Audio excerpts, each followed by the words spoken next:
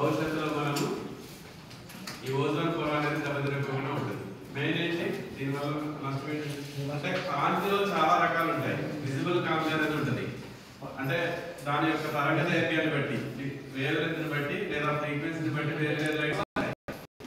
మామూలుగా ఎక్స్రే అనేది లైట్ లో భాగం, ఎక్స్రే అనేది లైట్ లో భాగం అంటే ఎక్స్రే ఒక ఫ్రీక్వెన్సీ ఉంటుంది.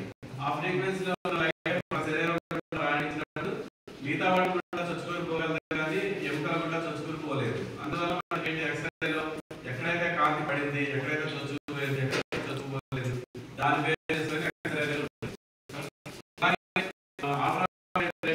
చాలా ఇంటెన్సిటీ ఎక్కువగా ఉంటుంది.